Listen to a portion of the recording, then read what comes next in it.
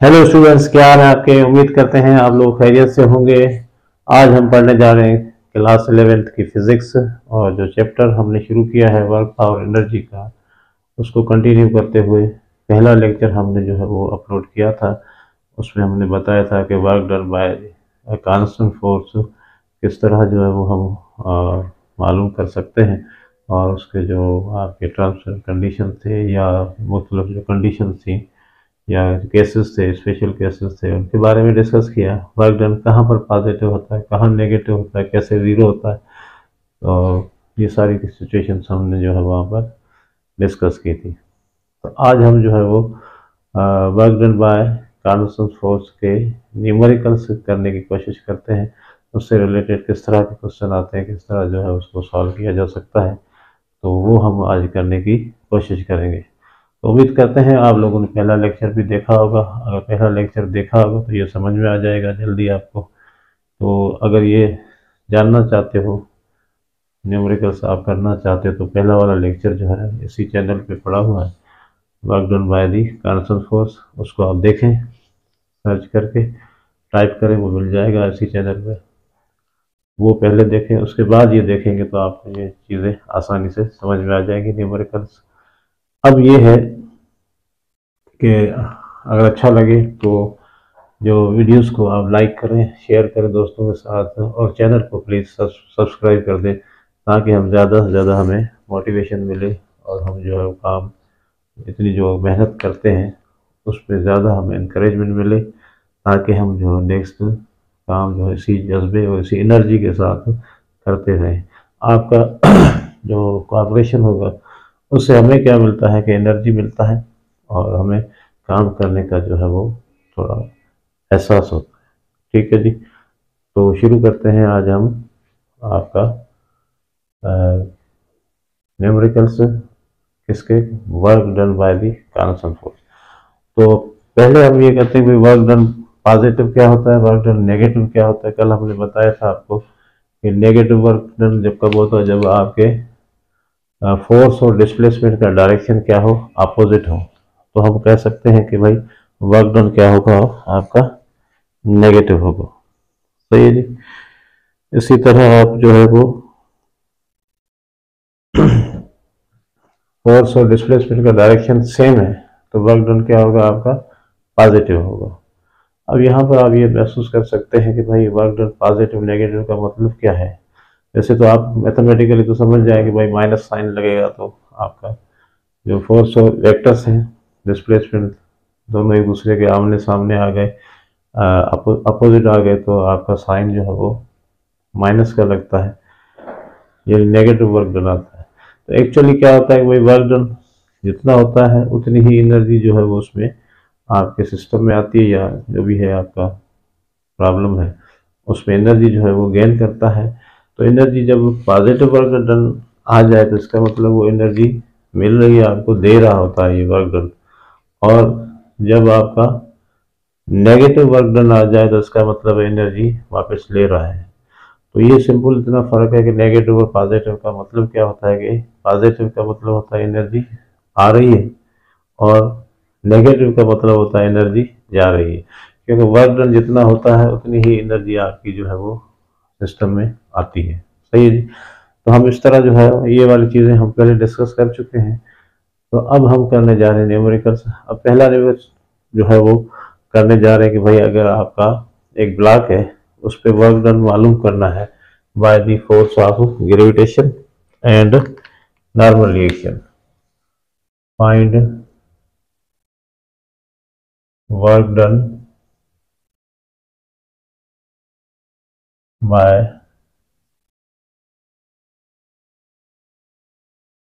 gravitational force and normal reaction and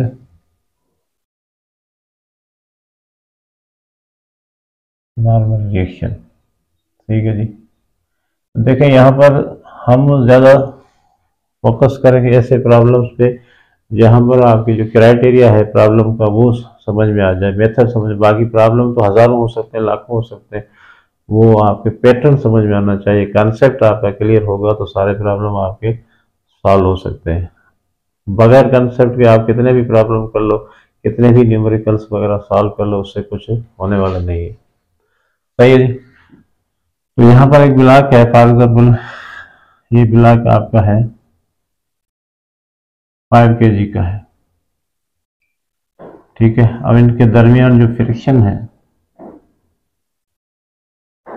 ये आपका किसी सरफेस पे पड़ा हुआ है, और इनके दरमियान सरफेस के दरमियान जो फ्रिक्शन की वैल्यू कितनी है, 0.1 है। अब इसको हमने एक फोर्स लगाया। अब लगाने का क्या मतलब है कि आपने कोई भी फोर्स लगाया तो ये आपका डिस्प्लेसमेंट कैसे होगा, इस तरफ जो है ये आपने एफ लगाया तो ये आपका फोर्स जो है वो, सॉरी, डिस्प्लेसमेंट इस तरह हॉरिजॉन्टली आपका यहाँ पर आ गया। ये 5 kg का ब्लॉक यहाँ पर आ गया, तो वो हुआ है तो वर्क डन तो हुआ है। अब हमसे पूछा गया है कि भाई यहाँ पर देखो work done by the gravitational force मालूम करो और नॉर्मल रिएक्शन। अब ग्रेविटेशनल फोर्स का मतलब क्या होता है भाई, कि वेट ऑफ द बॉडी होगा, जाहिर है ग्रेविटेशनल फोर्स नीचे की तरफ लगती है, ठीक है।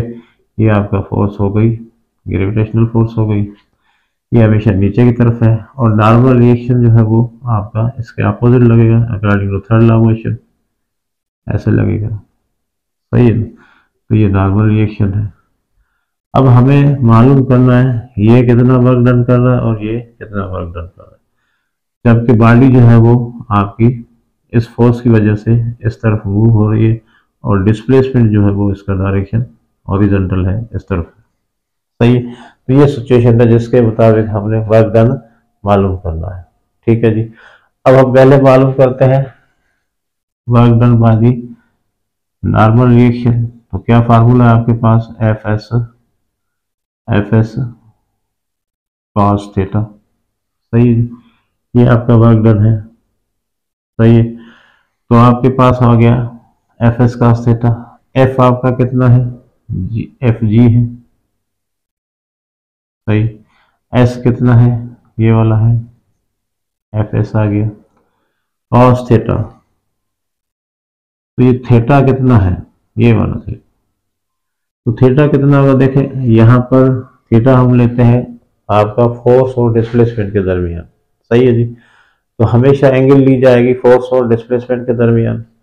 तो डिस्प्लेसमेंट आप देखें यहाँ से ये है सीधा हॉरिजॉन्टल है, और फोर्स जो है वो आपकी ये नीचे की तरफ लग रही है, तो इसके दरमियान जो एंगल बन रही है वो क्या बन रही है, 90 डिग्री की। तो यहाँ पर हम रखेंगे 90 डिग्री। तो ये हो गया आपका एफ जी एस कॉस 90 किसके बराबर है, 0 के बराबर है। तो वर्क डन हो जाएगा आपका नॉर्मल की वजह से, ये नॉर्मल का था तो नॉर्मल भी आपका ये देखे परपेंडिकुलर है, किसके, डिस्प्लेसमेंट के परपेंडिकुलर है। तो यहाँ पर भी एंगल कितनी बन रही है आपकी, 90 की बन रही है, तो आपका 0 हो जाएगा। इसी तरह work done by the gravitational force भी 0 होगा, क्योंकि इनके दरमियान आपका जो है वो एंगल कितना बन रहा है, एफ एस कास 90 बन रहा है, तो ये भी क्या हो जाएगा, 0 हो जाएगा। यानी ग्रेविटेशनल फोर्स की वजह से काम, यानी वर्क डन कितना हो रहा है, 0। नॉर्मल रिएक्शन की वजह से वर्क डन क्या होगा, 0।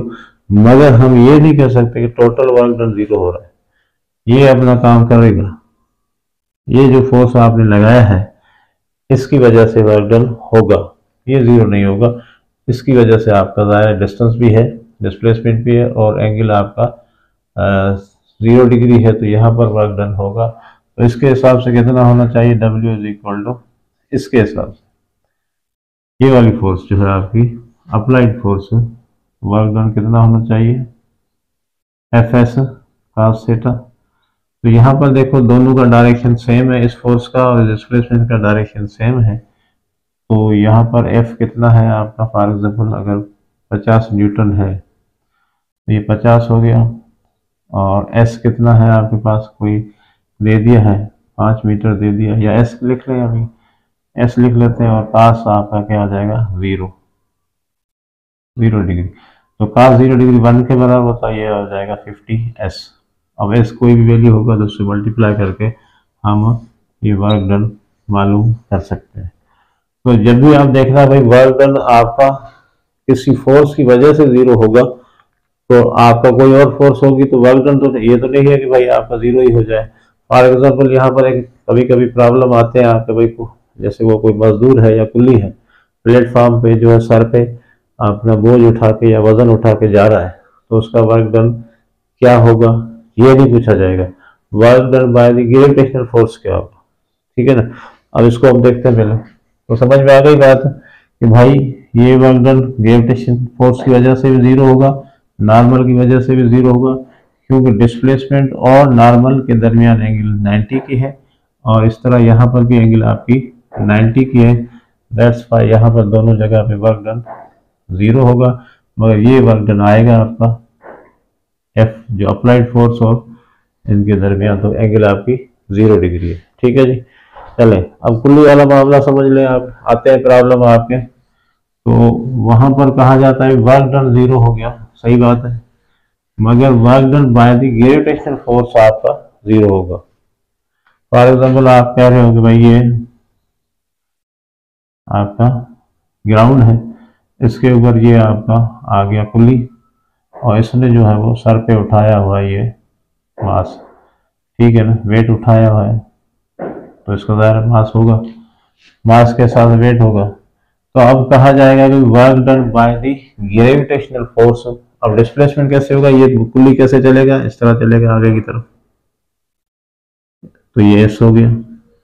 ठीक है, इस यहाँ से लेकर यहाँ पर पहुंच गया अभी थोड़ी देर में। तो आप सब कहेंगे भाई वर्क डन तो इसने किया है, मगर वर्क डन वो पूछ रहा है ग्रेविटेशनल फोर्स के हिसाब से कितना होगा।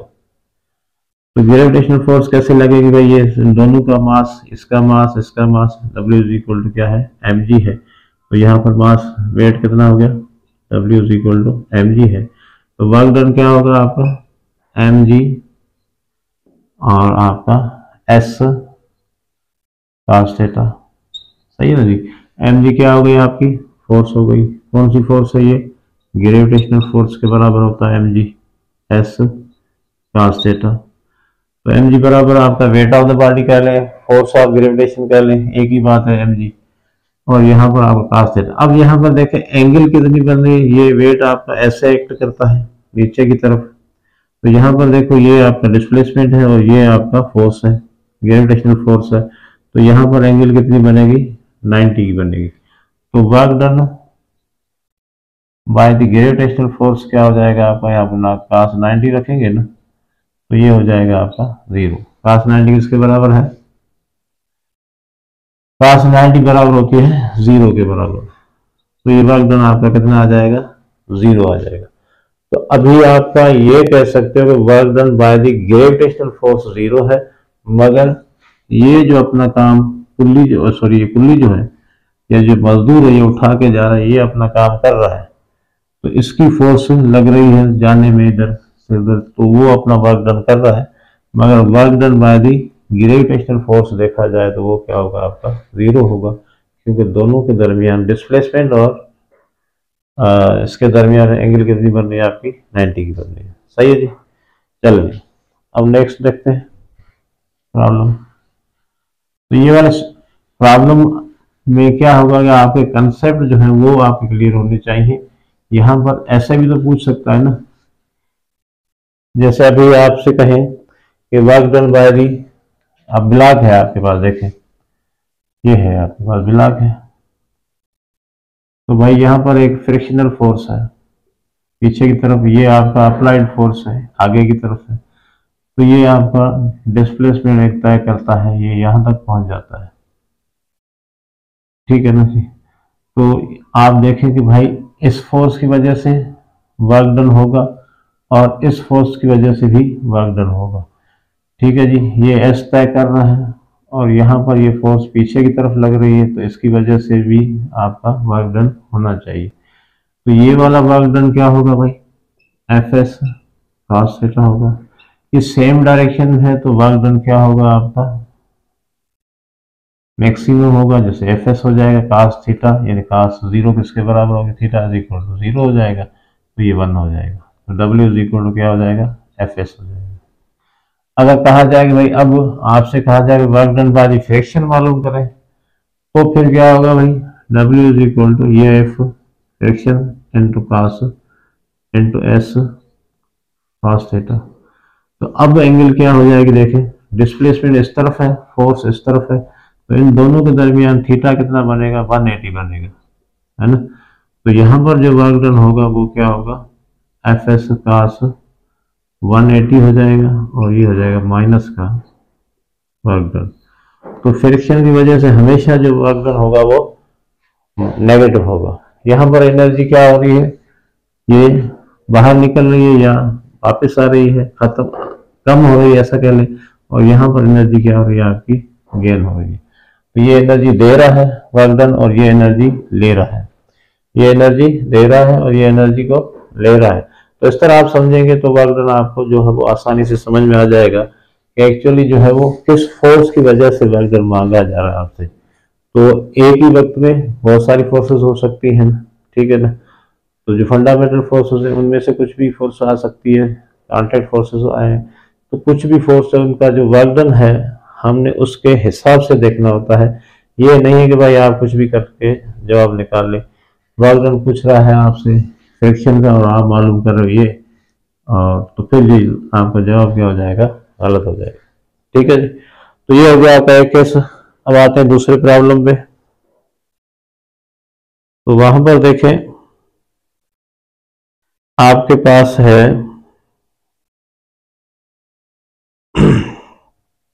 एक, तो मिटा दे, आपके पास एक इंक्लाइन प्लेन है, क्या है, इंक्लाइन प्लेन है, उस पे जो है आपने वर्क डन मालूम करना है कि भाई जो ब्लॉक है वो आपका एक पोजीशन पे रखा हुआ है और वो आपका नीचे की तरफ आता है। तो इस तरह के भी प्रॉब्लम आते हैं इंक्लाइन प्लेन वाले, वो भी आप देख लें। यहां पर देखें ये एक इंक्लाइन प्लेन है, ठीक है जी।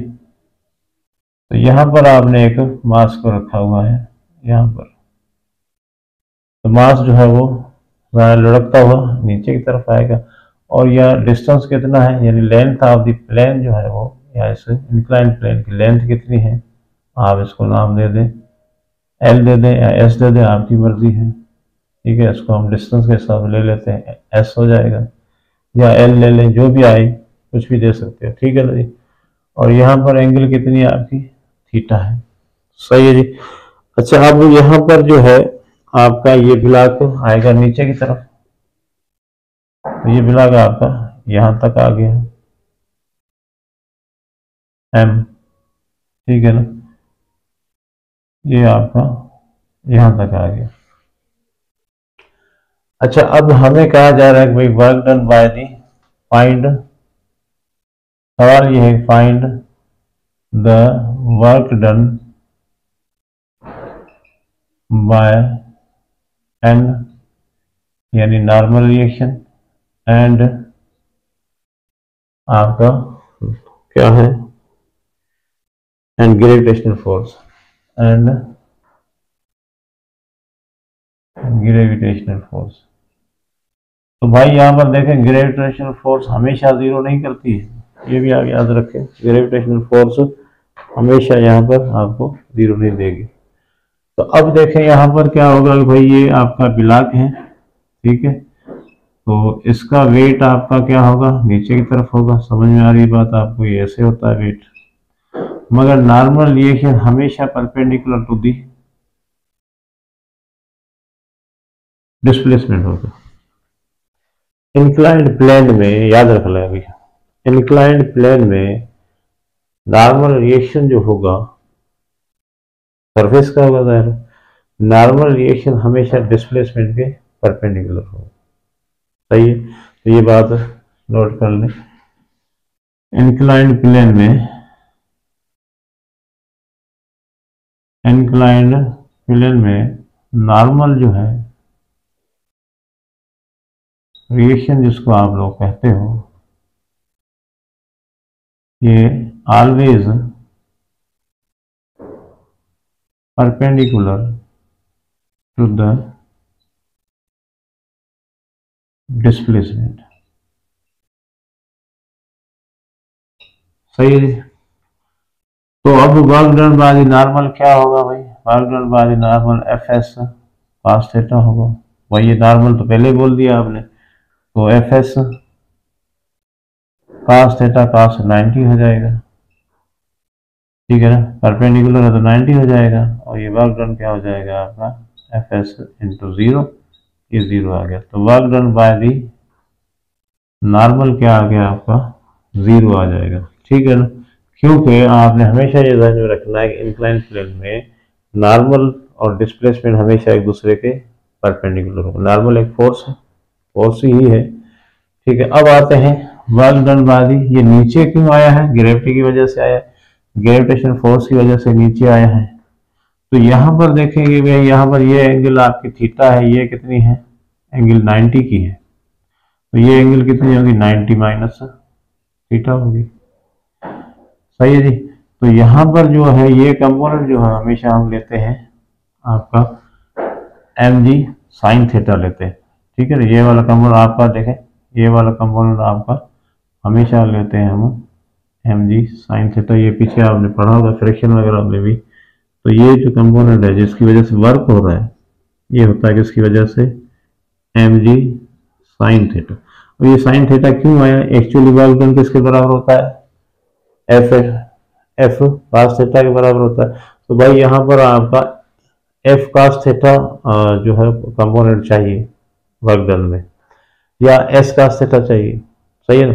अब यहाँ पर देखें, आपको बताया हम कि भाई आपने पढ़ा है डॉट प्रोडक्ट में पढ़ा है, अगर आपके पास एक फोर्स है, ठीक है ना, अगर एक आपके पास फोर्स है, ये इस तरह लग रही है, ठीक है ना, और डिस्प्लेसमेंट कैसे हो रहा है आपका, ऐसे हो रहा है। तो यहाँ पर जो वर्क डन होगा वो आपका किसकी वजह से होगा, इस कंपोनेंट की वजह से होगा। तो ये कौन सा कंपोनेंट होता है, एफ कॉस थीटा होता है, सही है ना। तो अब एफ कॉस थीटा है आपका, ठीक है। अगर आप इसको, हमने पढ़ा है कि भाई डॉट प्रोडक्ट एक्चुअली जो हमने पहले भी हमने भी लेक्चर रखा हुआ है इधर, कि डॉट प्रोडक्ट की जो रिप्रेजेंटेशन ज्योमेट्रिकल रिप्रेजेंटेशन है, उसमें हम आपके जो कंपोनेंट है वेक्टर्स को हम प्रोजेक्ट कर सकते हैं एक दूसरे पे। जैसे आपने पढ़ा था कि भाई यहाँ पर एक वेक्टर है ए और ये वेक्टर है आपका बी, तो अब इसको हम प्रोजेक्ट कर सकते हैं on to the direction of B, ठीक है ना। तो यहाँ पर आपका इधर चला जाएगा तो ये ए कॉस थीटा हो जाएगा, और अगर बी नीचे आया, इस पे लेके आए बी को प्रोजेक्ट करके ए पे ले आए, तो हम क्या देंगे, इसका कंपोनेंट क्या बन जाएगा, बी कॉस थीटा। तो वर्क हमेशा डॉट प्रोडक्ट में जो कंपोनेंट होता है ना, ये कॉस थीटा वाला, यही जो है वो हम हमारे डेफिनेशन में आता है, या तो एस एफ कॉस थीटा आएगा या एस कॉस थीटा आएगा। अगर मैं यहाँ पर कहूँ कि भाई ये एक आपका फोर्स का वेक्टर है और दूसरा किसका वेक्टर है, आपका एस का वेक्टर है, डिस्प्लेसमेंट का है, अगर मैं इसको इधर ले जाऊंगा तो ये बन जाएगा एफ कॉस थीटा, इसका कंपोनेंट।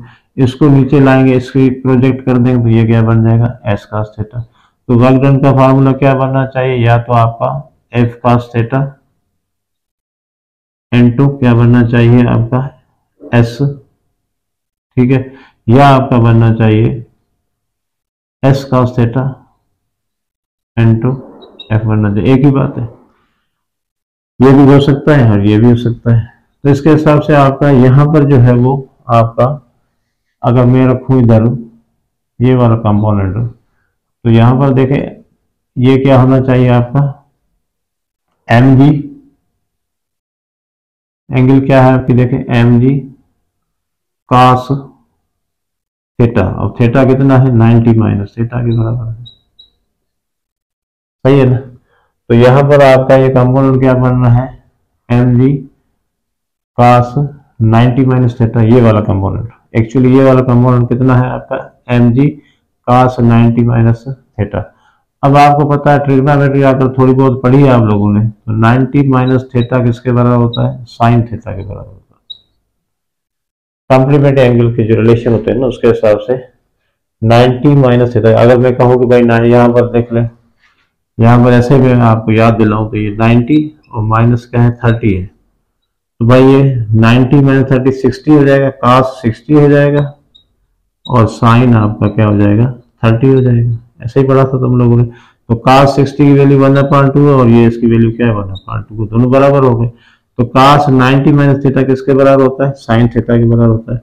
तो ये वाला आपका एक्चुअली कंपोनेंट कौन सा था, वही था जो आप कह रहे हो एम जी cos थीटा। क्या था, एफ cos थीटा कह लें, ठीक है ना। तो एफ cos थीटा 90 माइनस, ठीक है, तो थीटा की जगह 90 माइनस थीटा आ गया, तो cos 90 माइनस थीटा किसके बराबर है, साइन थीटा के बराबर है। तो यहाँ पर एंगल कितनी आ गई आपकी, एम जी साइन थीटा आ गई। वजह मैंने बता दी है कि भाई ये 90 minus theta, cos 90 minus theta sine theta के बराबर होता है। तो वर्क डन किसकी वजह से होगा, इसकी वजह से होगा, ठीक है।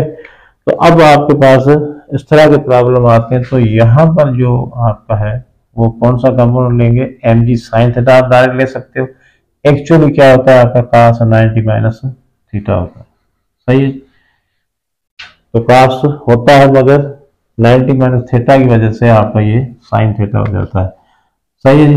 अब यहाँ पर वर्क डन क्या होगा, work done by the gravity यानी ग्रेविटेशन क्या होगा, एफ एस cos थीटा। तो भाई एफ क्या है आपके पास, एम जी साइन थीटा है जिसकी वजह से काम हो रहा है, और एस क्या है आपके पास, एस ही है, ठीक है। तो ये हो गया आपका work done by the gravitational force. अब यहाँ पर एम की वैल्यू अगर दी हुई है, जी की वैल्यू आपको पता है, साइन आपको पता है और एस आपको पता है, तो कोई भी प्रॉब्लम आप इस फार्मूले की मदद से कर सकते हो। एक्चुअली हमने क्या करना होता है कि भाई आपको ऐसा ही दिया जाता है, कभी कभी वैल्यूज भी दी जाती है। तो एम अगर आपके पास फॉर एग्जाम्पल 5 है और जी आपका 10 है, साइन आपका 30 है, तो 1/2 हो जाएगा, और एस आपके पास 10 मीटर है, तो क्या हो जाएगा भाई ये 5 5 5 25 और ये 250 जूल हो जाएगा, सही जी। तो इस तरह का प्रॉब्लम आया तो आपने ये वाला फार्मूला पुटअप करना है, M G sine theta into S. Sine theta क्या है उसके पीछे आप पूरी, चले आप हिस्ट्री नहीं जाना चाहते तो ये वाला तो याद रखना कि एम जी साइन थीटा ही लगेगा इधर, सही है जी। अब आते हैं हम नेक्स्ट प्रॉब्लम पे। तो यहाँ पर आपका प्रॉब्लम जो है वो वेक्टर फॉर्म में भी दिए जाते हैं, जैसे आपका जो है वो यूनिट वेक्टर्स जो आपने पढ़े, ऑर्थोगोनल वेक्टर्स पढ़े हैं, उनके हिसाब से भी दिया जाता है। वो किस तरह होगा वो भी हम देखते हैं। अब फोर्स है आपका, फॉर एग्जांपल हमारे पास फोर्स है, फोर्स एफ जो है वो कितना है आपका 3i प्लस 2j माइनस के, ठीक है। ये है आपका न्यूटन में, act on a body and displaces it from 230 to 4 5 and 2 metre, ठीक है ना। तो भाई यहाँ पर ये आपका एक फोर्स है जो वेक्टर फॉर्म में दी गई है, और नीचे आपका डिस्प्लेसमेंट भी जो दिया गया है वो वेक्टर फॉर्म दिया गया है। और वेक्टर फॉर्म में आप समझते हो भाई आई जे के है और ये आई जे के है, इधर भी आई जे के है। तो डिस्प्लेसमेंट भी आपका आई जे के फॉर्म में दिया गया है जिसको हम वेक्टर फॉर्म कहते हैं, और आपका फोर्स भी उसमें दिया गया है। तो हमें पता है कि भाई ये दोनों वेक्टर्स हैं और इनकी डॉट प्रोडक्ट किसके बराबर होती है, वर्क डन के बराबर होती है, सही है ना। तो हमें चाहिए क्या, फोर्स तो है हमारे पास, वर्क डन किसके बराबर है, एफ एस कॉस थीटा। तो भाई एफ तो है हमारे, मगर एस जो है वो कैसे मालूम करेंगे, एस मालूम करने के लिए क्या करेंगे हम, R2 माइनस R1। तो भाई यहाँ पर ये R2 है, सही है ना। R2 क्या है आपके पास ये आई जे के लिख लेते हैं, चलो 4i plus 5j plus 2k minus आपका ये वाला है, या आप डायरेक्ट भी कर सकते हो, मैं आपको समझाने के लिए लिख रहा हूँ 2i प्लस 3j माइनस के है ही नहीं, सॉरी प्लस के नहीं है, 0 है। चलो तो आपका ये इसमें से माइनस हो जाएगा, या आप डायरेक्ट कर दो, 4 में से 2 गया तो 4 में से 2 गया 2i, ऐसा आ रहा है आपका अभी। इसी तरह 5j में से 3j काट देंगे तो ये 2j बन जाएगा, और इसी तरह 2k में से 0 कट जाएंगे तो आपका क्या बन जाएगा 2k। माशाल्लाह सारे 2 आ गए, तो ये बन गया आपका। जैसे आप डायरेक्ट गए तो 4 में से 2 गया 2, 5 में से 3 गया 2, 2 में से 0 गया 2, तो ये आपका आ गया है। अब हमारे पास दोनों वेक्टर आ गए हैं, एफ हमारे पास पहले से ही मौजूद है 3i प्लस 2j माइनस के, और आपका जो है वो सॉरी जो है ये आपका एस क्या है 2i plus 2j plus 2k। तो यहाँ पर एंगल जो है वो ज़रूरत नहीं है एफ इंटू एस करेंगे, क्योंकि भाई आपके एंगल इनके दरमियान सबके दरमियान क्या होती है 90 की ही होती है, और 90 वाला तो 0 हो जाएगा। बाकी आई इंटू आई करेंगे, ये पैरेलल है, तो ये आप देखो एंगल इनको लिखने मैं इसलिए नहीं लिख रहा हूँ, फार्मूला तो वही है, मगर आपका आई इंटू जे करेंगे तो एंगल कितनी है 90 की है, वो 0 हो जाएगा। आप डॉट डॉट पढ़ा होगा ना, आई इंटू आई है तो पैरेलल हो जाएगा, एंगल 0 हो गई, ठीक है ना। तो हम डॉट डॉट में सिर्फ क्या मल्टीप्लाई करते हैं, आई को आई से करते हैं, जे को जे से करते हैं, और के को के से करते हैं, बाकी सारे क्या हो जाएंगे 0, यानी आई इंटू जे 0 हो जाएगा, आई इंटू के 0 हो जाएगा, के इंटू आई 0 हो जाएगा, बाकी सारे 0 हो जाएंगे। तो हमें सिंपली करना क्या है 3 2 6, ओके, आई इंटू आई 1 हो गया, प्लस इंटू प्लस प्लस 2 2 4, ठीक है 2 2 4 हो गया, plus into minus minus 2 into के 2 हो गया, सही जी। तो यहाँ पर 6 और 4 10, 10 में से 2 गया, बाकी बचेगा 8 जोड़, तो ये आ गया आपका वर्क डन, सही सिंपल है बहुत। आपने डॉट प्रोडक्ट ही करना है, कॉस थीटा आपका लगाने की जरूरत नहीं है, क्योंकि कॉस थीटा इसी में आ जाएगा। आपका डायरेक्शन है आई और आई का 0 डिग्री होगा, आई और जे का 90 डिग्री होगा, तो 90 डिग्री वाले सारे 0 हो जाएंगे, और 0 डिग्री वाले आपके ये रहे, सही है। ये आपने वेक्टर फॉर्म में किया होगा।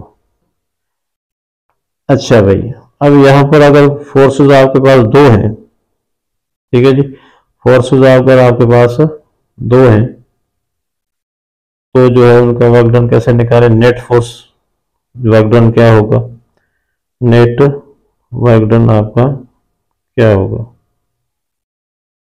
सही जी। फोर्सेस कितने हैं आपके पास 2 है, चले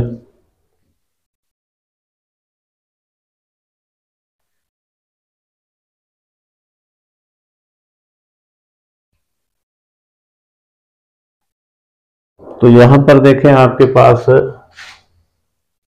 फोर्सेस हैं, F1 है आपके पास 2i प्लस 3j है, ठीक है। F2 आपके पास है 3i माइनस जे प्लस 2k है, सही प्लस 2k है, और ये दोनों मिलके डिस्प्लेस करती है body, displaces an object from 2 3 और 0 टू 1 2 और 3, तो यहाँ तक ये करते हैं, डिस्प्लेस करते हैं। तो अब आपने मालूम करना है कि नेट वर्क डन क्या होगा, या जो आपका नेट फोर्स की वजह से वर्क डन क्या होगा।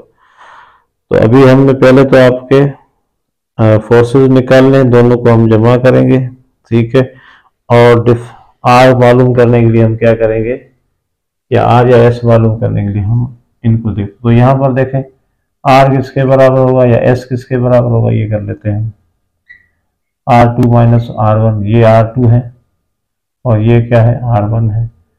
तो भाई 1 माइनस 2 कितना हो जाएगा, 1 माइनस 2 कितना हो जाएगा, माइनस का I। इसी तरह 2 माइनस 3 कितना हो जाएगा, माइनस का J। इसी तरह 3 माइनस 0 कितना हो जाएगा, 3 माइनस 0 प्लस का 3 होगा। तो ये आ गया आपका S आ गया। इस तरह आप देखिए यहाँ पर F किसके बराबर होगा, F1 प्लस F2 हो जाएगा।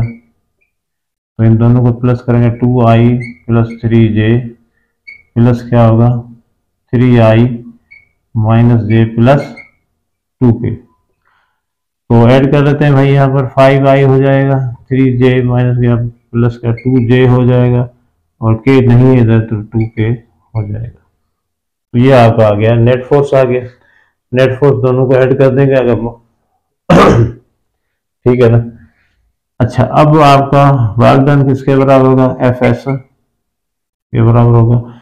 एंगल लिखने की जरूरत नहीं, एंगल इनमें आ गई है आपकी 5i plus 2j plus 2k और यहाँ पर minus i minus j plus 3k। क्या होना चाहिए भाई, माइनस का 5 होना चाहिए प्लस इंटू माइनस माइनस का 2 होना चाहिए प्लस इंटू प्लस प्लस 6 होना चाहिए। तो 5 और ये माइनस 7 हो गया प्लस 6 हो गया is equal to minus 1 joule. तो यहाँ पर वर्क डन आपका माइनस में आया है, यानी एनर्जी ले रहा है ये, सही है जी, ये एनर्जी को ले रहा है।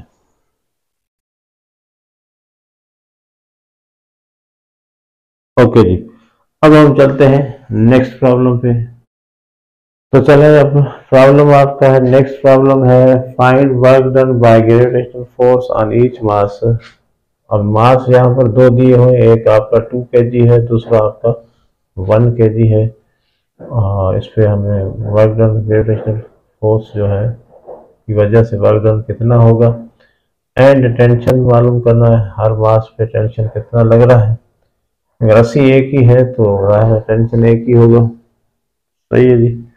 इस तरह आपका जो मास आपका जो 2 kg वाला है वो ज़्यादा भारी है तो नीचे की तरफ जाएगा। कितना नीचे जा रहा है आपका 3 मीटर, ये नीचे की तरफ जा रहा है। फॉर एग्जाम्पल मैं यहाँ लिख देता हूँ डिस्प्लेसमेंट, ये 3 मीटर नीचे जाएगा तो ये आपका 3 मीटर ऊपर जाएगा, सीधी सी बात है ना। अब यहाँ पर देखो ये वाली बातें जो अभी मैं समझा रहा हूँ कि भाई ये 3 मीटर नीचे गया, वो कह रहा है तो ये 3 मीटर ऊपर जाएगा, जितना ये नीचे जाएगा उतना वो ऊपर जाएगा, सही है। अब ये वाले केसेस भी आप लोगों ने पढ़े होंगे लोअर क्लासेस में 9th और 10th में कि भाई ये पुल्ली वाले केसेस जो थे, ठीक है ना, वहाँ पर टेंशन मालूम करने के फार्मूले भी ट्राई किए होंगे आपने, और आपने जो है वो किए होंगे एक्सप्लोरेशन मालूम करने के, ठीक है। तो यहाँ पर एक्सप्रेशन यहाँ पर भी होगा और एक्सप्रेशन आपका यहाँ पर भी होगा। तो पहले कह रहा है work done by the masses का वर्क डन ग्रेविटेशनल फोर्स की वजह से जो है वो कितना वर्क डन होगा। तो यहाँ पर देखिए अगर मैं ये 1 mg है, सॉरी 1 kg है, तो W किसके बराबर हो जाएगा, 1g के बराबर हो जाएगा। तो फार्मूला के हिसाब से 1g के बराबर हो जाएगा, mg है ना, m कितना है आपका 1 है। इस तरह ये क्या हो जाएगा आपका 2g, W यहाँ पर कितना हो जाएगा 2g के बराबर हो जाएगा, सही है। तो यहाँ पर देखें अगर मैं वर्क डन यहाँ पर मालूम करना चाहूँ, वर्क डन आपका ऑन 1g जो आपका ये वाला फोर्स है, इसकी वजह से कितना वर्क डन हो, तो Fs फार्मूला क्या होगा Fs cos थीटा। अब यहाँ पर देखो आपका डायरेक्शन देखें, ये ऊपर की तरफ मूव होगा, यानी टेंशन का डायरेक्शन भी ऊपर की तरफ है और ये आपका ऊपर की तरफ जाएगा, यानी वेट जो है वो ऊपर की तरफ लिफ्ट हो जाएगा। अब ग्रेविटेशनल फोर्स लग रही है, हम देखो वर्क डन हमने मालूम करना है ग्रेविटेशनल फोर्स की वजह से। वो क्वेश्चन में क्या कह रहा है, टेंशन की वजह से नहीं मांग रहा है, अभी मांग रहा है कि भाई ग्रेविटेशनल फोर्स की वजह से वर्क डन कितना होगा। तो ग्रेविटेशनल फोर्स नीचे की तरफ है और आपका डिस्प्लेसमेंट ऊपर की तरफ हो रहा है, सही है। तो यहाँ पर आपका सिंपली एंगल कौन सा बनेगा, सीधी लाइन बन रही है तो ये बन जाएगा आपका W is equal to F S cos 180 बन जाएगा, और ये 180 आपका -1 के बराबर, ये माइनस एफ एस आ गया। तो वर्क डन यहाँ पर क्या होगा, माइनस का एफ एस होगा। अब एफ कितना है वो आप देख लें, एफ कितना है आपका, नीचे की तरफ कितना है, 1g है, ठीक है ना।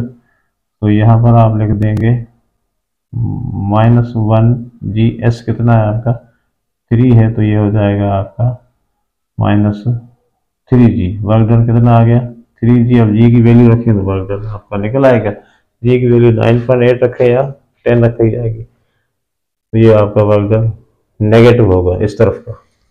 तो यहाँ पर इस तरफ देखें, ये वाला मास 2 kg कितना की वजह से कितना वर्क डन हो रहा है, तो 2 kg नीचे की तरफ जाएगा। अब यहाँ पर सिचुएशन चेंज है, ग्रेविटेशनल फोर्स की वजह से वर्क डन होगा, तो ग्रेविटेशनल फोर्स भी नीचे की तरफ है, आपका ये ब्लॉक भी नीचे की तरफ जा रहा है, तो फोर्स भी नीचे की तरफ और डिस्प्लेसमेंट भी नीचे की तरफ है, ठीक है ना। तो यहाँ पर वर्क डन क्या होगा, वर्क डन बाय 2 kg वाला क्या होगा, एफ एस का थीटा। अब सेम डायरेक्शन है, फोर्स का डायरेक्शन और डिस्प्लेसमेंट का डायरेक्शन सेम है, तो ये पॉजिटिव होगा। एफ किसके बराबर है, 2g के बराबर है, ठीक है। और एस किसके बराबर है, 3 के बराबर है, और कास आपका 0, कास 0 डिग्री, तो ये हो गया 6g हो जाएगा, सॉरी 2 3 6g, और कास 0 आपका हो जाएगा 1। तो ये कितना आया आपका 6g आया। अब जी की वैल्यू रखेंगे तो वर्क डन आपका 10 रखेंगे 60 जूल हो जाएगा, और ये माइनस का 30 जूल हो जाएगा। ऐसे कर लेते हैं, माइनस का 30 जूल और ये आपका 60 जूल हो जाएगा। अगर जी की वैल्यू हम कितनी रखते हैं, 10 रखते हैं, तो ये तो आप जो भी सिचुएशन दी जाएगी उसके हिसाब से जी की वैल्यू आप रख सकते हो। तो ये हो गया आपका किसका, ग्रेविटेशनल फोर्स का। अब आपका टेंशन की वजह से कितना वर्क डन हो रहा है, टेंशन भी तो लगा हुआ है। अच्छा, अब टेंशन के लिए आपको क्या चाहिए भाई, एक्सेलरेशन है, तो एक्सेलरेशन आपका यहाँ पर भी होगा, एक्सेलरेशन आपका यहाँ पर भी होगा, सही है। तो टेंशन मालूम करने का फार्मूला है, आपने पढ़ा था वो याद होगा आपका, वो डाल दे डायरेक्ट, ठीक है, इसको बेटा दे अगर वो आपका है खाली एरिया, चले उस पर हो जाएगा।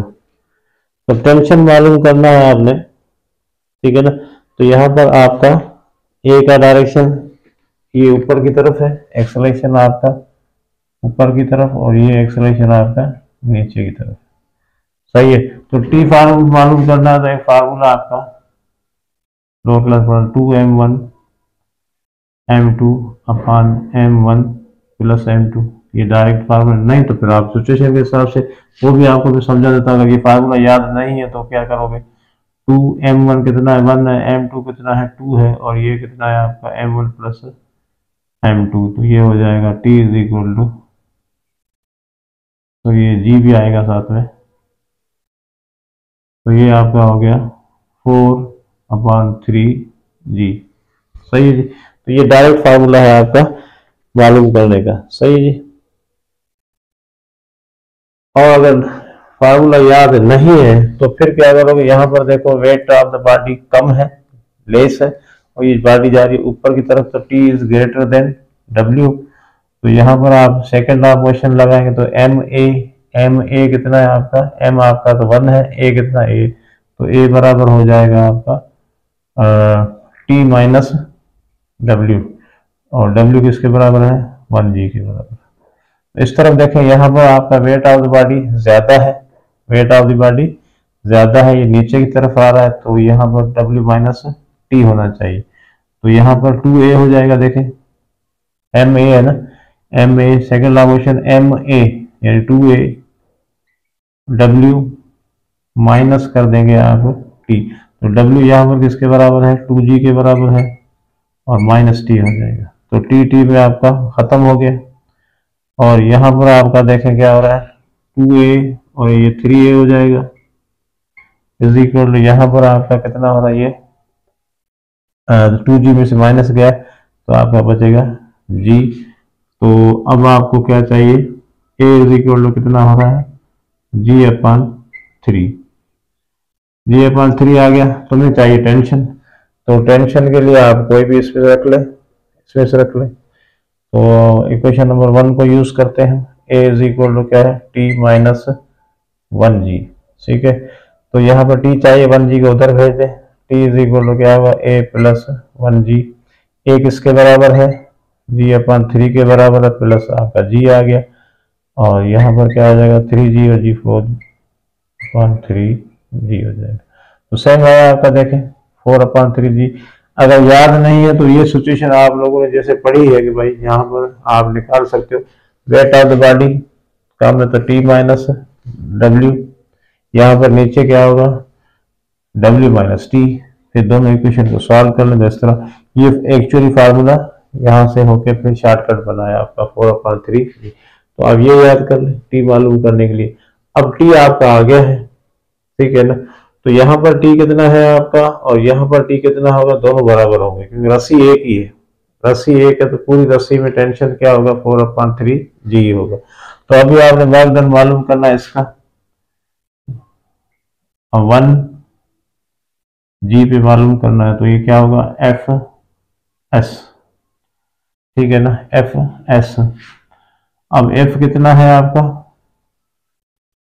ऊपर की तरफ आपका f कितना बनेगा, देखें यहाँ पर f जो है वो आपका ऊपर की तरफ जाएगी, ये बॉडी 1g वाली आपकी kg वाली बॉडी ऊपर की तरफ जाएगी, तो टेंशन का डायरेक्शन आपका ऊपर की तरफ है, ये भी ऊपर की तरफ है। तो यहाँ पर क्या होना चाहिए आपका, पॉजिटिव होना चाहिए वर्क डन या नेगेटिव होना चाहिए, बताएं वर्क डन क्या होना चाहिए यहाँ पर,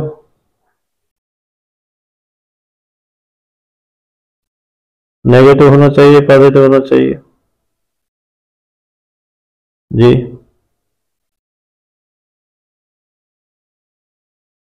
दोनों ऊपर की तरफ है ना भाई, तो ये पॉजिटिव होना चाहिए, ये भी ऊपर है और डिस्प्लेसमेंट भी आपका ऊपर, तो एफ किसके बराबर है, टेंशन, टेंशन आपका 4/3g है, और एस कितना है, 3 है, 3 में कट गया, तो ये हो गया 4g का मतलब हो गया 40 न्यूटन, 40 न्यूटन। इस तरह आपका work done by tension on 2g, ये वाला 2g यानी ये वाला। अब 2g का मतलब है आपका ये वाला वेट, सही है, तो ये भी आपका fs, और यहाँ पर क्या होगा आपका एंगल, क्या होगा भाई, अब देखो ये नीचे की तरफ है वही ऊपर की तरफ, तो एंगल क्या बनेगा, यहाँ एंगल 0 बन रहा था, थीटा कितना बन रहा था, 0 डिग्री, तो 0 डिग्री की वजह 1 आ जाएगा cos थीटा। तो यहाँ पर cos थीटा कितना आएगा, देखो टेंशन ऊपर की तरफ है, वेट नीचे की तरफ है, एक दूसरे के अपोजिट है, दोनों एक दूसरे के अपोजिट है, तो एंगल कितनी बनेगी, एंगल बनेगी आपकी 180 की।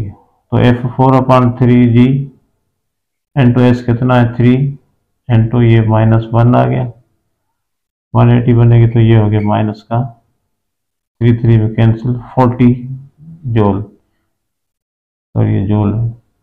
तो अब यहाँ पर देख लें कि भाई आपका टेंशन की वजह से हमेशा वर्क डन एक दूसरे के अपोजिट ही आएगा, और नेट वर्क डन क्या बनेगा, नेट वर्क डन, ये वाला पॉइंट भी नोट कर लो, टेंशन की वजह से इस केस में नेट वर्क डन क्या बनेगा आपका, 0 बनेगा। नेट मतलब कि दोनों को जमा कर दें तो 0 आ जाएगा, क्योंकि भाई जितना यहाँ पर ये नीचे जा रहा है उतना ही ये ऊपर जा रहा है, तो एक तरफ से दे रहा है एनर्जी, दूसरी तरफ से ले रहा है, जो मैंने कहा था पहले कि एक तरफ से एनर्जी दे रहा है, दूसरी तरफ से ले रहा है, 40 जूल दे रहा था, 40 जूल ले ली वापस, तो नेट वर्क डन कितना हो जाएगा आपका, 0 हो जाएगा।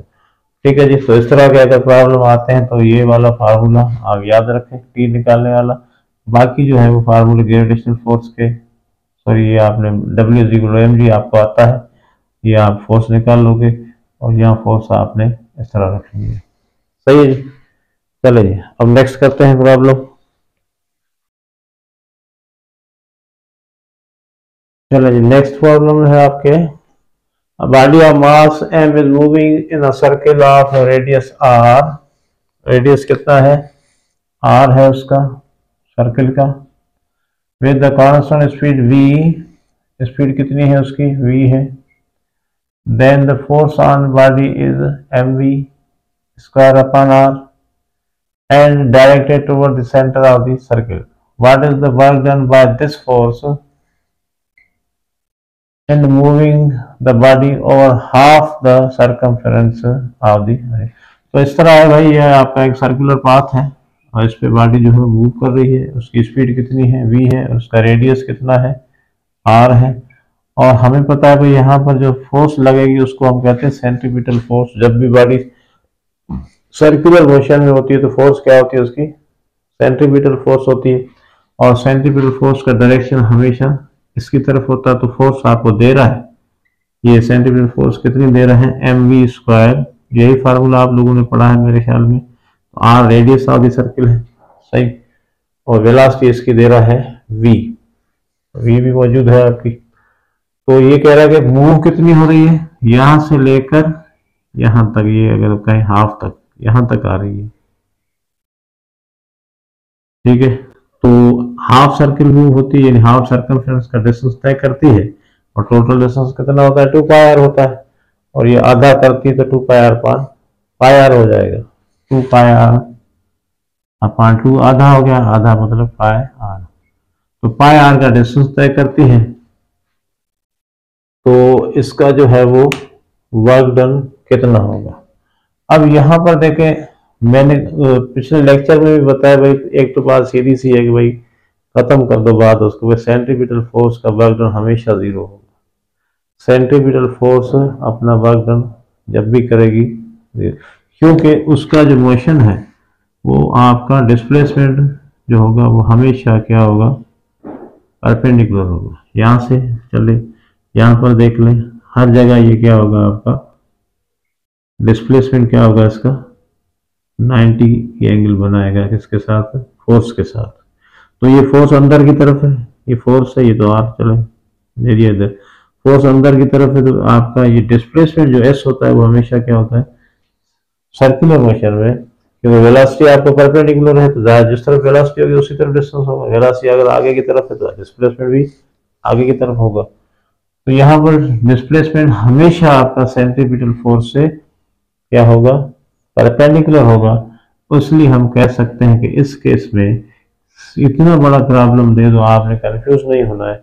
सेंट्रीपिटल फोर्स का वर्क डन हमेशा 0 होगा. सेंट्रीपिटल फोर्स का वर्क डन हमेशा 0 होगा. तो work done by the centripetal force क्या लिखेंगे, वर्क डन, जो भी ऑप्शन आता है वर्क 0 आएगा, या work done bye centripetal force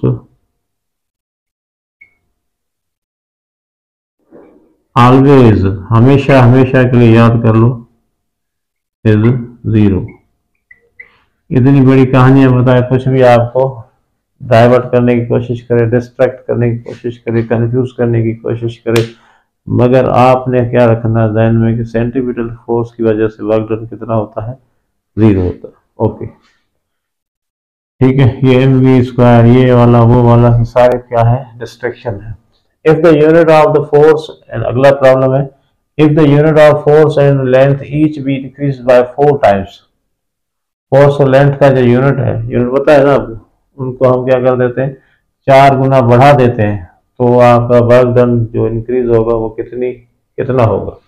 तो भाई यहाँ पर W is equal to FS है, तो ये जूल है, ठीक है. और ये F कितना हो जाएगा, हम 4 गुना, इसका यूनिट क्या है, न्यूटन है, इसका क्या है, मीटर है.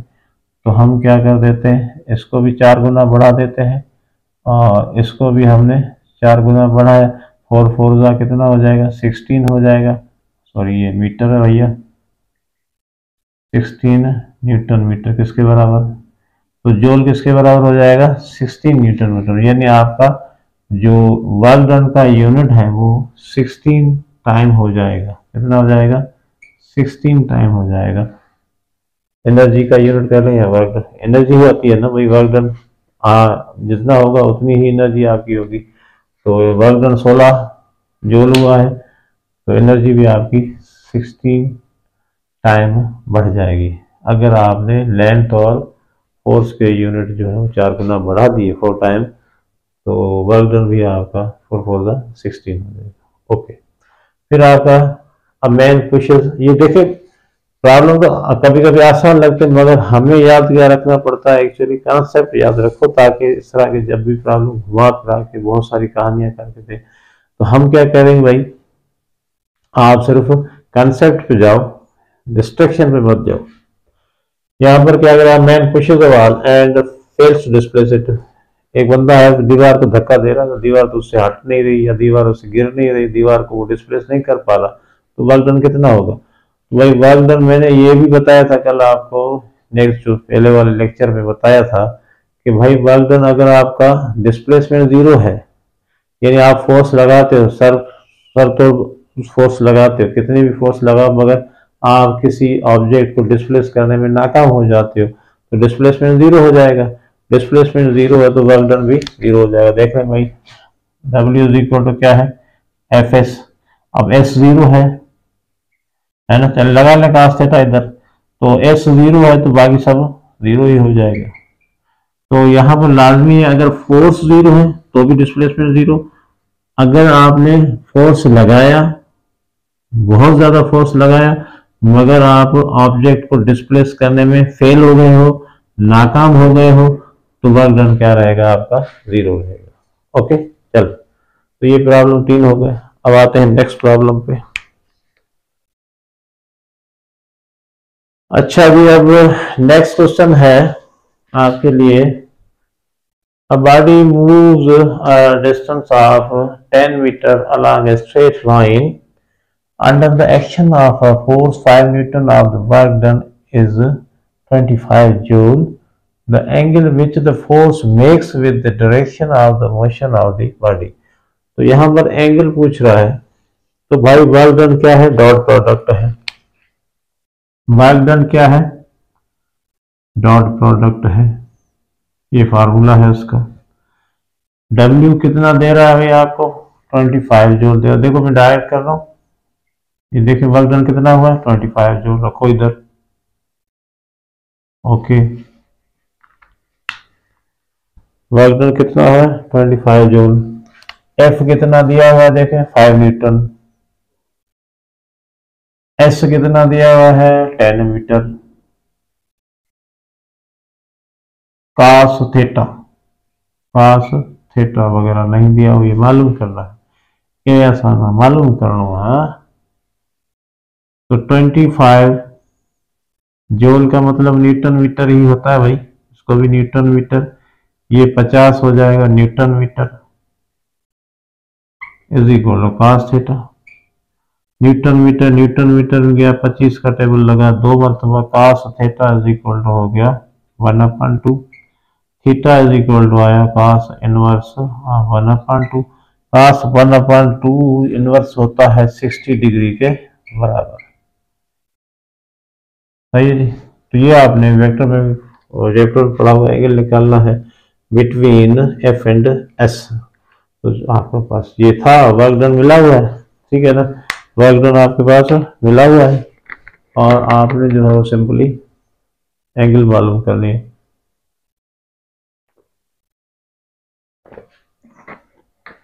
तो ये कोई ज्यादा कंसेप्चुअल क्वेश्चन तो नहीं था।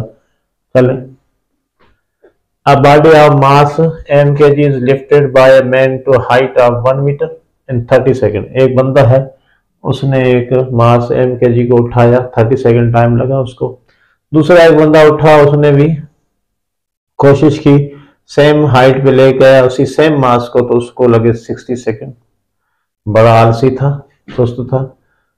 तो work done by them are, तो दोनों का जो वर्क डन का रेशियो निकालो कितना होगा। सवाल तो सीधा है। वर्क डन का फार्मूला आप देख लें, हमने आपको समझाने के लिए लिख रहे हैं, एफ एस कास थीटा। चले भाई, तो भाई एफ एस आपके पास दोनों मौजूद हैं। सॉरी, मास कितना है m kg, तो ये mg हो जाएगा f, और s कितना है आपके पास 1 मीटर है, ठीक है जी। चले भाई, W is equal to F M G आ गया, एम है ना आपके पास, एम जी हो गया, एस कितना है 1 मीटर है, एम जी cos थीटा हो जाएगा। सही। तो दूसरा वाला बंदा जो उठा है ये वर्क डन, एक ने किया, दूसरे ने भी इतना ही किया तकरीबन, एफ एस cos थीटा।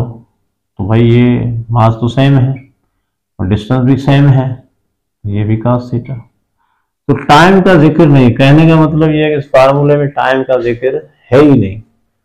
और वर्क डन हमेशा डिपेंड करता है फोर्स और डिस्प्लेसमेंट पे और एंगल पे, यहाँ पर टाइम पे डिपेंड करता ही नहीं है। तो इन दोनों का रेशियो ले लें भाई, ले लें भाई, W1/W2 ले लें, तो क्या होगा mg cos थीटा, और ये भी क्या है mg cos थीटा, ये दोनों बराबर आ गए 1:1। तो आपने ये टाइम जो दिया गया आपको, टाइम जो दिया है ये आपको कंफ्यूज करने के लिए दिया गया है, इसका कोई लेना देना नहीं है। तो आप ये जहन में रखना, वर्क डन लिखो भाई, work done does not depends upon time, ये टाइम पे डिपेंड नहीं करता है, ये टाइम पे डिपेंड नहीं करता है। तो रेशियो आपका सेम ही आएगा, दोनों ने जो तीर मारे वो सेम ही मारे। तो चले अब नेक्स्ट प्रॉब्लम में, पहले वाले दोनों बंदों ने कोई बड़ा कारनामा सरंजाम तो नहीं दिया था, एक ने 30 सेकंड में उठाया, दूसरे ने 60 सेकंड में उठाया, मगर काम दोनों ने बराबर किया था। तो आपका जो वर्क डन होता है वो टाइम पे डिपेंड नहीं करता है, वो वाले क्वेश्चन में आपने ये कंसेप्ट लेके चलना है। सही है जी। अब आते हैं हम नई problem. A body of mass 10 kg is dropped to the ground from a height of 10 meter. The work done by the gravitational force is, तो यहाँ पर ऊपर से नीचे गिराया गया है, किसी बॉडी गिराया गया मतलब ड्रॉप कर दिया गया है, और हाइट कितनी है 10 मीटर है, और जी की वैल्यू 9.8 रखनी है। तो वर्क डन कितना होगा? अब नीचे गिर रहा है भाई, तो भाई यहाँ पर ग्रेविटेशनल फोर्स और डिस्प्लेसमेंट का डायरेक्शन क्या हो जाएगा, सेम हो जाएगा, पैरेलल हो जाएगा। तो cos थीटा यहाँ पर आपका हो जाएगा 0, यानी सॉरी एंगल कितनी होगी 0। तो भाई यहाँ पर वर्क डन ग्रेविटेशनल फोर्स की वजह से कितना होगा, F S cos theta. F क्या है आपका, वेट ऑफ द बॉडी होगा, तो भाई ये जी 10 दिया हुआ है, और एम जी एच आपका कितना है, ये एम जी एच हो गया, एस की जगह एच रख लिया हमने, एफ की जगह एम जी रख लिया, cos आपका 0 डिग्री हो जाएगा। सेम डायरेक्शन है भाई, नीचे आ रहा है, तो ग्रेविटेशनल फोर्स भी नीचे, फोर्स ऑफ ग्रेविटेशन नीचे, डिस्प्लेसमेंट भी नीचे, जिसको मेस बोलते हैं, दोनों का डायरेक्शन सेम, तो थीटा कितना हो जाएगा 0 डिग्री। सही है जी। एम 10 है, जी आपका 9.8 है, और ये भी 10 है, और ये आपका 1 हो जाएगा। 100 इंटू 9.8, ठीक है जी। इसको हटा देंगे तो ये हट जाएगा, तो ये हो जाएगा 980 जूल। ये पॉजिटिव होगा भाई वर्क डन, क्योंकि ये दोनों का डायरेक्शन नीचे की तरफ है, सेम है। इधर आ जाए, the work done in pulling up block of would weighing. अच्छा, यहाँ पर ब्लॉक वाला मामला आ गया है। तो अभी इसी लेक्चर में मैंने आपको बताया था भाई, ये आपका ब्लॉक है, ये ब्लॉक है, इसकी वेट 2 के न्यूटन, यानी आपका जो वेट कितना है 2 के न्यूटन है। सही है जी। और आपका जो लेंथ है, यानी यहाँ से लेकर यहाँ तक ये लेंथ है वो कितनी है 10 मीटर है, और एंगल कितनी है, ये 30 डिग्री है। आपने वर्क डन मालूम करना है, तो ये आपका आ गया। तो भाई वर्क डन के लिए हमने क्या पढ़ा था, फार्मूला आपको बताया था भाई, ये लगेगा M G sine theta, M G sine theta आ गया ये वाला, ठीक है। N2 आपका क्या होगा, H या S होगा या L होगा, जो भी आप लिखें आपकी मर्जी। लेंथ लिख लेंगे एफ इंटू एस, ये हो गया एफ और ये हो गया आपका एस, एंगल आपका इसमें आ गया एफ जी साइन थीटा लगेगा। सही है जी। तो अभी फार्मूला आपके पास एम कितना है भैया, 10 है। एम कितना है, एम जी आपका sine theta, sorry 2K Newton, force कितनी है आपके पास है 2K न्यूटन है। तो ये एम जी आपका कितना आ गया, वेट ऑफ द बॉडी कितना है 2 इंटू 10 पावर 3 हो गया न्यूटन, सॉरी ये किलो में है ना, 2 किलो न्यूटन हो गया। साइन 30, साइन 30 हो जाएगा और लेंथ कितनी है 10 है, 2 इंटू 10 पावर 30, ये 1/2 हो जाएगा। साइन 30 1/2 के बराबर है और ये 10 हो गया, 2 में कैंसिल हो गया, तो ये हो जाएगा 10 into 10 power 3 joule, 10 into 10 power 3 joule. सही है जी। तो बहुत ही सिंपल है, यहाँ पर फार्मूला आप इंक्लाइन प्लेन में आप क्या लगाएंगे, एम जी साइन थीटा लगाएंगे। ठीक है जी, तो ये प्रॉब्लम हो गए। अब आते हैं नेक्स्ट पे, नेक्स्ट प्रॉब्लम पे आते हैं हम। तो चलें जी, अब अगले जो प्रॉब्लम है, a force of 5 Newton acts on a 15 kg body initially at rest. The work done by the force during the first second of the motion of the body is, तो फोर्स आपका 5 Newton है, mass of the body 15 kg है, initially at rest है तो initial velocity 0 हो गई। The work done by the force during the first second. सही है जी। तो आपने पहले सेकंड में कितना काम होगा, कितना वर्क डन होगा, वो आपने मालूम करना है। तो यहाँ पर आपका फार्मूला वही आपका है, W is equal to F into S,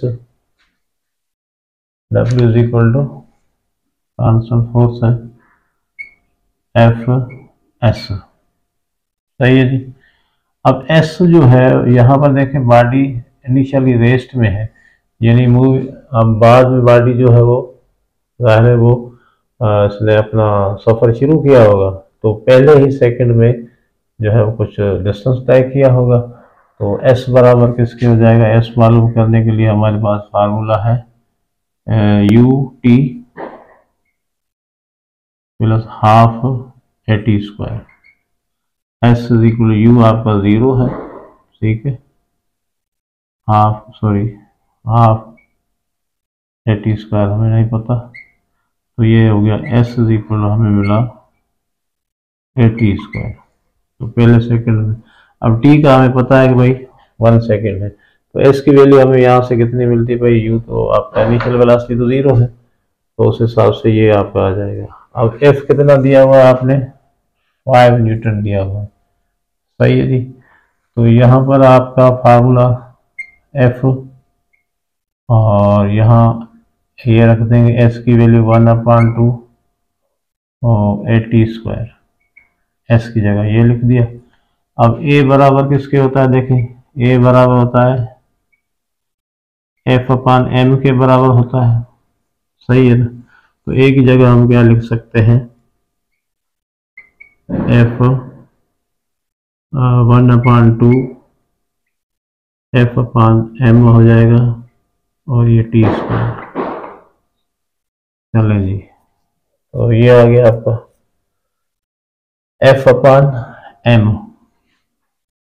तो यहाँ पर देखो F इंटू एफ क्या हो जाएगा, 1/2 तो कांस्टेंट इधर रख दिया, F इंटू एफ हो जाएगा एफ स्क्वायर, और ये टी स्क्वायर अपान में क्या आ गया आपका m आ गया।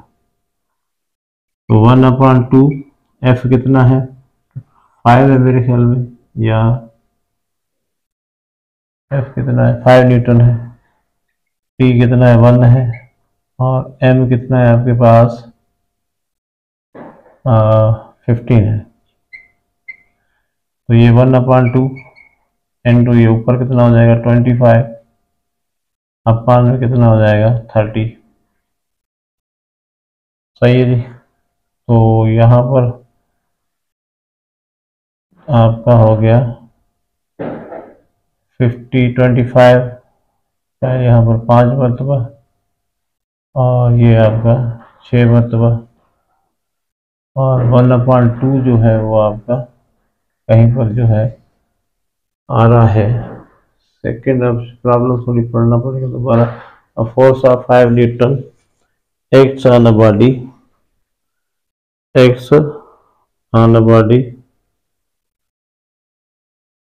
ऑफ मास कितना है, 15 kg है मास है उसका, 15 kg। सही जी। और आपके पास इधर क्या प्रॉब्लम,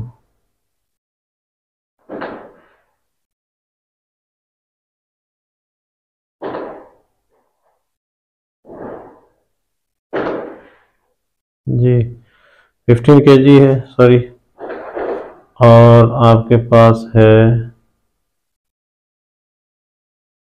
मास कितना है, 15 kg है, यहाँ पर मैंने 30 लिख दिया, सॉरी। ये आपका 15 kg है, सॉरी, ये है आपका 15 kg है, तो ये हो जाएगा 30, ये आपका हो गया 3 × 6, 5/6 जो आ जाएगा, ये वाला ऑप्शन है। तो प्रॉब्लम बड़ा आसान था।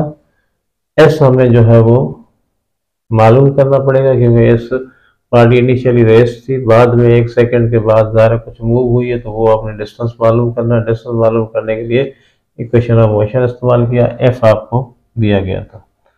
चलिए अब यहाँ पर देखें, a force of 5 Newton making an angle of theta with the horizontal acting on an object displaces it by 0.4 meter along the horizontal direction। सही है। If the object gains kinetic energy of 1 joule, the horizontal component of the force is। तो भाई energy कितनी मिली है आपको, मिली है 1 joule. और मैंने पहले से ही हम यहाँ पर कह रहे हैं कि भाई एनर्जी आपकी जितना वर्क डन होगा उतनी ही एनर्जी आएगी। अब वर्क डन का फार्मूला क्या है आपके पास, एफ एस cos थीटा, ठीक है। अब ये work done during the motion of the body हुआ है, डिस्प्लेस हुआ है 0.5 मीटर, तो एनर्जी कितनी आई है, 1 जूल आई है। सही है जी। अच्छा जी, अब यहाँ पर आपका एफ एस cos थीटा, हमारे पास जो है वो एफ cos थीटा चाहिए, यानी horizontal component of the force चाहिए। तो हम कह सकते हैं भाई एफ cos थीटा हमारा हॉरिजॉन्टल कंपोनेंट है, एस यहाँ पर मल्टीप्लाई हो रहा है, इधर जाके हो जाएगा डिवाइड, तो 1/0.4 हो जाएगा, इसको हटा देंगे तो ये ऊपर आ जाएगा 10/4 2.5। तो ये है, मेरे ख्याल में मैंने गलत लिखा है, 2.5 न्यूटन। तो ये वाला ऑप्शन जो है आपका सही है। यहाँ पर हॉरिजॉन्टल कंपोनेंट मांग रहा था फोर्स का, तो फोर्स का कंपोनेंट एफ cos थीटा होता है हॉरिजॉन्टल, एस हमारे पास इधर मल्टीप्लाई हो रहा था, इधर जाके डिवाइड हो गया। और एनर्जी कितनी आई है, तो वर्क डन के बाद 1 जूल आई है, वो काइनेटिक एनर्जी है, तो ये एनर्जी आ गई, इसको डिवाइड कर दिया 0.4 से, तो हमारे पास जवाब आया 2.5 न्यूटन। सही है जी। तो ये थे कुछ प्रॉब्लम, उम्मीद करते हैं आप लोगों को कुछ समझ में आया होगा। कुछ पैटर्न समझ आया, ये हम कंटिन्यूस रखेंगे और आगे भी ये प्रॉब्लम करते रहेंगे, और इस चैप्टर के जितने भी वर्क और पावर एनर्जी के मतलब जितने भी न्यूमेरिकल से हम हल करने की कोशिश करेंगे। हम ज़ाहिर है सिर्फ पैटर्न बताने के लिए आपको करेंगे, बाकी तो आप प्रैक्टिस करते रहे, जहाँ पर जो भी मिले प्रॉब्लम वो आप करते रहें, तो इंशाल्लाह जो है वो आपका दिमाग में जो है ये चीज़ें बैठती जाएंगी। और इन लेक्चर्स को अगर फॉलो करते रहोगे तो इंशाल्लाह जो है वो आपका जो है वो, हम सिर्फ उन लोगों के लिए कर रहे हैं जिनका मतलब है कि ज़रूरत है। बाकी जो है वो कुछ लोग तो ज़ाहिर पढ़े लिखे हैं भाई, वो फॉरवर्ड हैं, वो काम करते हैं, मगर जो बच्चे फॉलो नहीं कर पाते, जो थोड़े वीक हैं या थोड़े स्लो हैं, उनके लिए जो है ये ज़्यादा फ़ायदेमंद होगा, और जिनके कंसेप्ट जो क्लियर नहीं है उनके लिए ये भी फ़ायदेमंद होगा। तो मिलते हैं नेक्स्ट लेक्चर में नेक्स्ट टॉपिक के साथ इसी चैप्टर के। तो तब तक आप पढ़ते रहो और पढ़ाते रहो।